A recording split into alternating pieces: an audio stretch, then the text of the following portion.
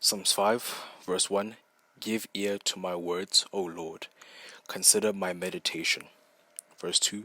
Give heed to the voice of my cry, my King and my God. For to you I will pray. Verse 3. My voice you shall hear in the morning, O Lord. In the morning I will direct it to you, and I will look up. Verse 4. For you are not a God who takes pleasure in wickedness, nor shall evil dwell with you. Verse 5. The boastful shall not stand in your sight.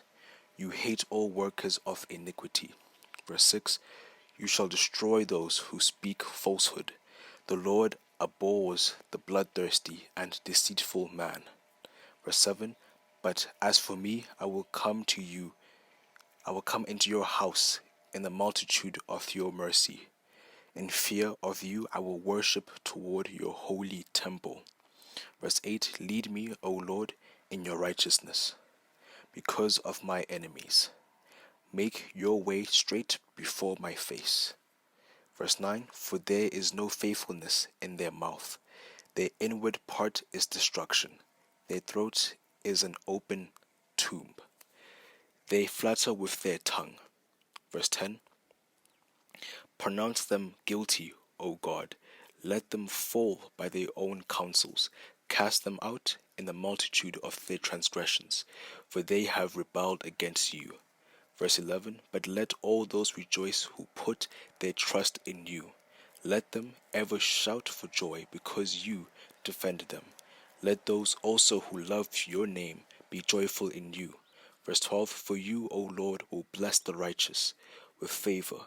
You will surrender him as with a shield. My take on this chapter: 1. The battle between the righteous and the wicked. God here is described as not being a lover of wickedness and evil in Psalms 5 verse 4. For me, I can conclude here that those that are foolish and actively engaged in iniquities will not find counsel in God. For God says that he will perish the deceitful ones, but that doesn't mean that as followers of God we are automatically saved. David calls for God in Psalms 5 verse 8 to lead him in righteousness. For me, I always questioned the meaning of righteousness, but from reading the chapter, I think I may have understood what it means. The first part is expressed in Psalms 5 verse 7, and that is to fear the Lord.